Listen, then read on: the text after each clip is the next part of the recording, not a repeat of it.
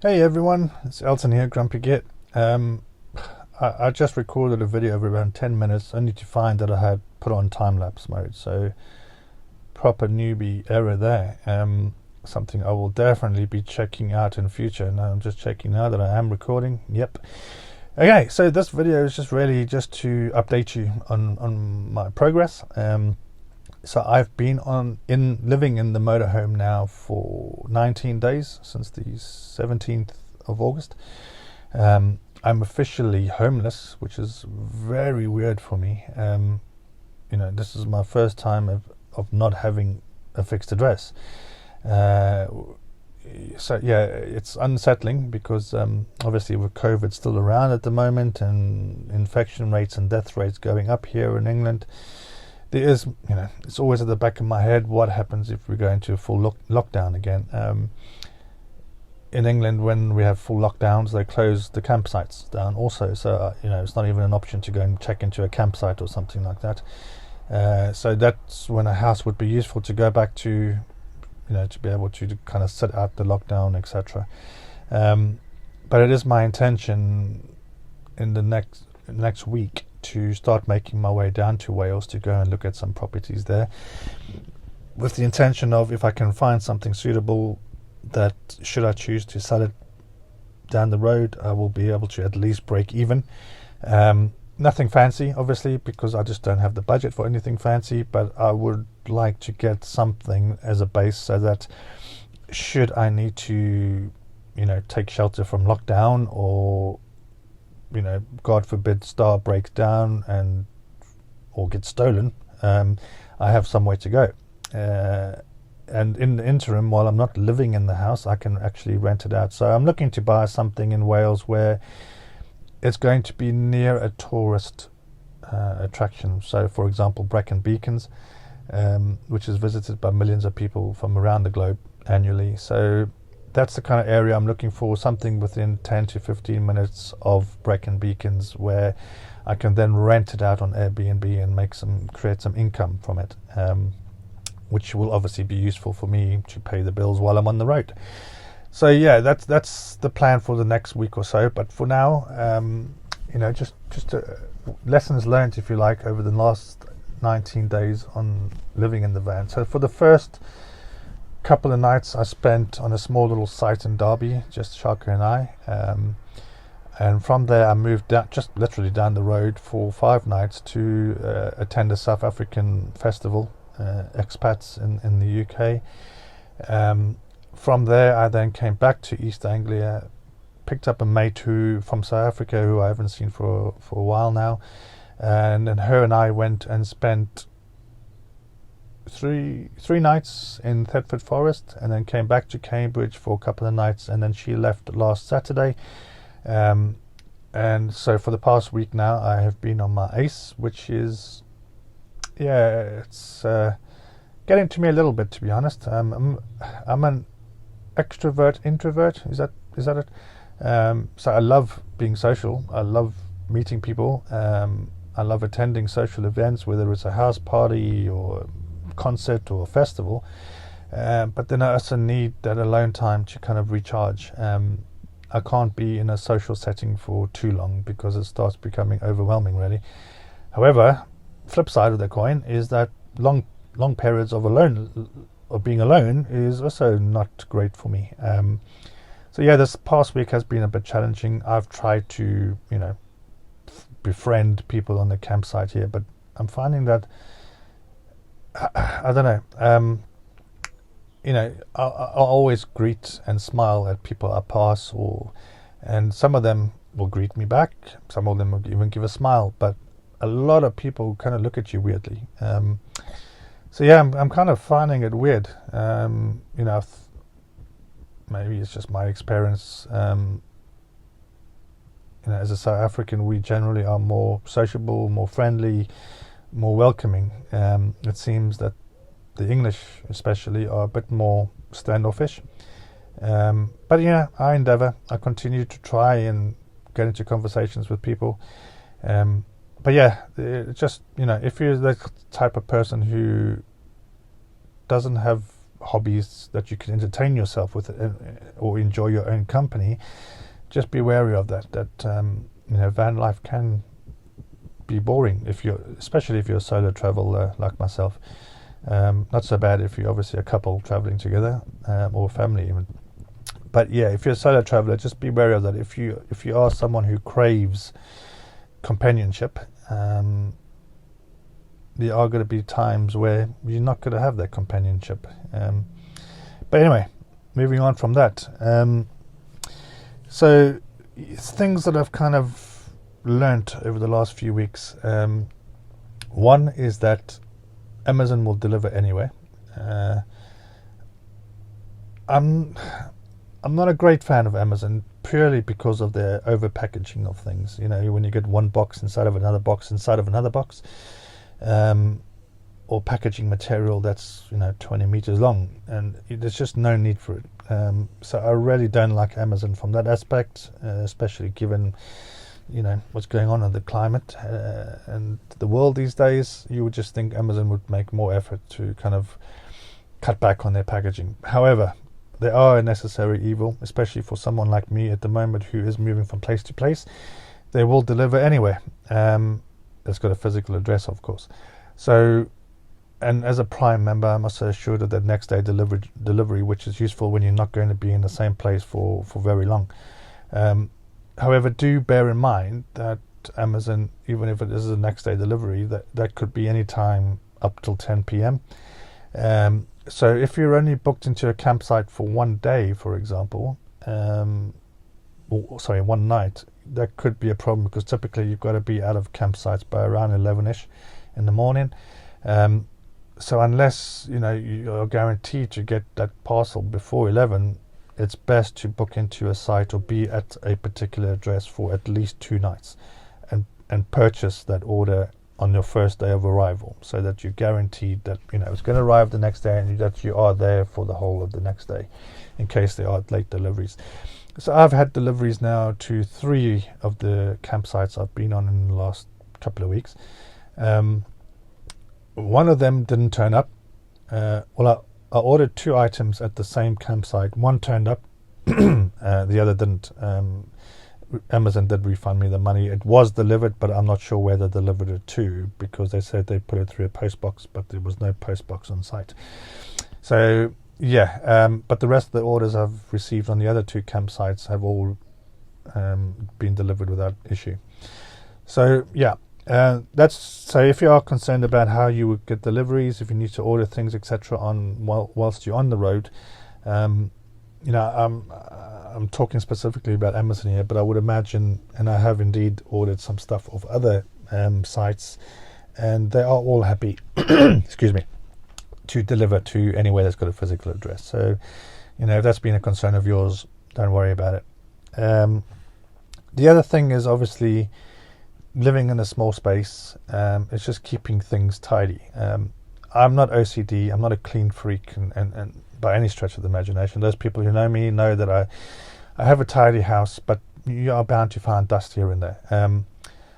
However, obviously living in a small space, and which doesn't have a lot of counter space, in fact, can be a challenge. So you've got to. I'm finding that I have to keep on top of things, keep washing things up, packing them away into the cupboard, so that I've actually got counter space on which to work from. Obviously with Shaka, he's molting, so there's hair everywhere all the time. So I have purchased a little vacuum cleaner, which I will do a separate video about once I've tested it out properly and used it a few times. So yeah, just it is a small space, and you're going to have to keep things tidy. And I am starting to find now that I need to rethink my items in the van. So for example, I've got a few, I've got 3 or 4 mugs in my cupboard, but I'm traveling alone, so why do I have 4 mugs? It makes no sense at all. So I'm going, I'm starting to downscale even further on that. So I've just got 2 mugs, 2 glasses, 2 plates, for example. And if I'm ever going to have more than myself and another person in the van, then I will just inform them to bring their own utensils and mugs and glasses, etc. Space is of a premium in a van, so you've got to pack cleverly. So other things I'm looking at are getting, for example, collapsible mugs and collapsible storage units for food and leftovers and that kind of stuff. As I purchase these things, I will obviously do reviews if I find them to be worthy of a review and bring to your attention. So yeah, downscaling. So obviously I've done a lot of downscaling already. Having sold my 3-bedroom house, I've downscaled a lot to the point where I have no furniture now. I have a few things in the storage unit, but no furniture whatsoever. It's more memorable things my kids have given me over the years, that kind of stuff, things that I can't replace, things that I won't have in the van because I can't replace them. So, God forbid I do have a break-in or the van gets stolen, at least I know the things, the things that mean something to me are safe in the storage unit. However, as I say, I am further downscaling because it's just not a lot of place and storage in a motorhome or a camper van. So yeah, it's just going rethinking the things I put into the van and further downscaling where possible. As I say, like things like plates and cups and glasses, etc. And the other thing I'm also downscaling is my clothing. So I packed way too much. There's about 5 or 6 coats in there, similar amount of sweaters and jumpers, probably 20 plus t-shirts. It's just unnecessary. So again, I will be going through those. Some of them are concert shirts where I've bought when I've attended concerts or festivals and seen artists or bands. Those I typically will keep, so I'll just bomb those into the storage area. But again, it's just about downscaling and having the absolute necessary items in the van. Because one of the things I found out is that the van is actually rated at 3.2 tons, not 3.5 tons, which I was led to believe. So that's a bit of a concern, obviously, because when I took it to the weighbridge, she came in at 2.9 tons. So that basically means I've only got 300 kilograms to play with. So yeah, that's a bit of a concern. I weigh 90 kgs, Chalka's 25, so that's already 115 kgs, which leaves me 185 kgs to play with. Then if you think of all the stuff in the van, the food, groceries, that kind of stuff, my equipment, etc., I'm probably pushing the limit. So what I'm going to do is, at the moment I've probably got more food than I would normally have in the van, because I've had to obviously take everything out of the house I was lodging in, and put it all into the van. So I'm making my way through that to get to the point where my intention will be to buy 1 week's worth of groceries at a time. So once I've got to the point where I'm happy with what's in the van, I'm going to go back to the weighbridge again, just make sure, see how much we weigh with myself and Shaka in the van, and with the groceries and my belongings in the van, to see where I stand. If need be, I will look into uprating her to 3.5 ton. It was my intention initially to get a motorcycle, to put on a bike rack on the vehicle, so that I could just have a little 125 or 250cc moped or scooter, ideally a scrambler, to go park outside of a town and then be able to go in with the motorcycle. However, given this new limitation of 3.2 tons, that's not going to be possible. So I've now opted to get an electric bicycle, which sits on the already, the van came with a bike rack on her already, so that would have obviously been weighed in the weighbridge weighing.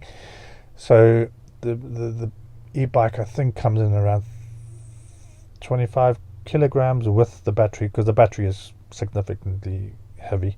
But it gives me that option to be able to park out on the outskirts of a town or in a park and ride, for example, and then use the bicycle to kind of go into the cities or the towns or wherever I'm looking to go. So yeah, I mean, cycling, I haven't done cycling for a couple of decades, to be honest. I I took the bicycle out, not using the battery because my friend didn't have a e-bike, so it was unfair if I was going to, cheat by using a battery-powered bike while she was pedaling her backside off. And her and I ended up doing 12 miles on an outing, which was pretty surprising to me, given I haven't done, as I say, I haven't cycled for many, many years. But yeah, the upside of having a bicycle rather than a motorcycle is that it's going to increase my fitness, my stamina, so that when I do come to the long hikes or climbing mountains, etc., I have built up some kind of stamina to that. The other thing is gas. So as I say, 19 days on the road. Gas has lasted me. I filled up the tank just before I headed out, and 19 days in, the gas is still going, which is great news for me. I am concerned, to be honest, that it's going to run out at any time. There is a gas meter on the van, but the previous owner did say to me, don't trust it. He's not confident that it actually works. So whilst it's telling me there's half a tank, it hasn't moved from that half a tank in 3 days. So yeah, I'm not confident that it's actually accurate. I did try to go down and fill up with gas earlier in the week, only to get there to find out that the pump was not working. I then drove 20 miles to go to the next nearest LPG station to find that one was out of gas. So lesson learned, always phone ahead if you can, check that they have got gas and that the pumps are actually working before you go off your route to go and get some LPG. But that's good, for me that's great to know that I can get at this point at least 19 days out of the gas cylinder. It's a 30-litre cylinder that I have mounted on the bottom of the van, and the fridge has been running every single day on gas. I use gas every morning, a couple of times to boil the kettle. I'm obviously cooking on the hob, so yeah, I'm happy with that. That is lasting at least 2.5 weeks, and I'll let you know how much I do get out of it before I'm able to go and fill up the tank again. The other things that I've kind of run into issues with is electricity and charging.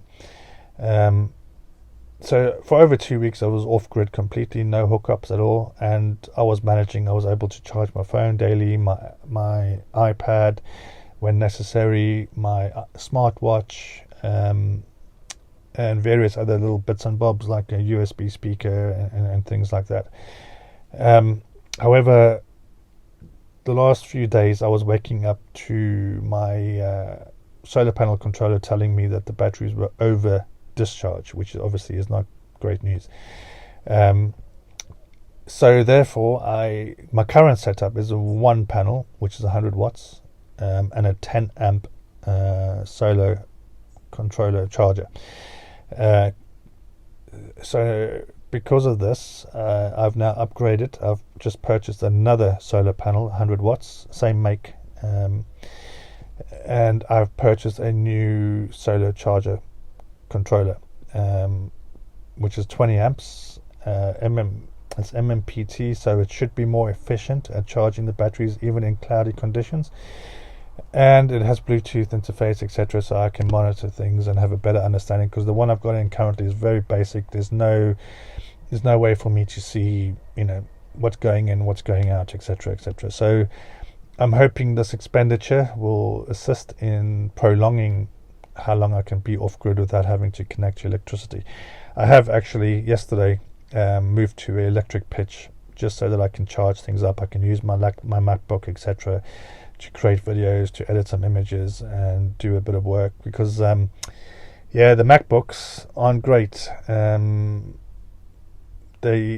MacBook Pro, which is a 2020 version, 13-inch, gets about 4 hours on battery. That's video editing and image editing, so you'll probably get more out of it if you're just watching Netflix or something like that.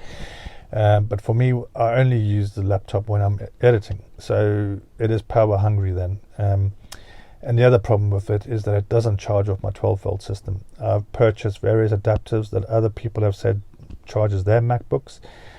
It doesn't charge mine. Mine has a 81 81 watts requirement for charging, which should in theory be fine, given I have a 10 amp system, but it's just not charging, even with the adapters that I bought that other people say works. It doesn't work for me, so I've had to resort to installing an inverter in my van, so that I can just, convert to power so I can use my laptop, because it's essential to me to deliver my website design, SEO consultancy work, and to bring content to you folks. So just be wary of that. MacBooks are power hungry things. They don't always charge off. I'm not sure if it's just my 12-volt system or if the newer MacBooks will be the same across all 12-volt systems. So just be aware of that if you are reliant on having your laptop and using it for prolonged periods of time on a daily basis. That's basically it. I'm realizing this video is already over 20 minutes long, so I don't want to bore you to tears. If you've got any questions, got any recommendations, got any comments, please comment below. If you'd like to follow my journey, please do hit the subscribe button and hit the notification button so you're notified of when new videos are released. I will be creating some more videos. Obviously once I'm on the road, there will be more frequent videos because I have something new to show you pretty much on a daily basis. At the moment, while I'm going through these teething issues and just testing things out, things are pretty boring, and I don't want to bore you just for the sake of putting videos out. I will put out more regular videos once I start moving. Bear with me for it, people. I know this is probably as frustrating for you as it is for me, but soon I'll be on the road. All right then, have a great day. Bye bye.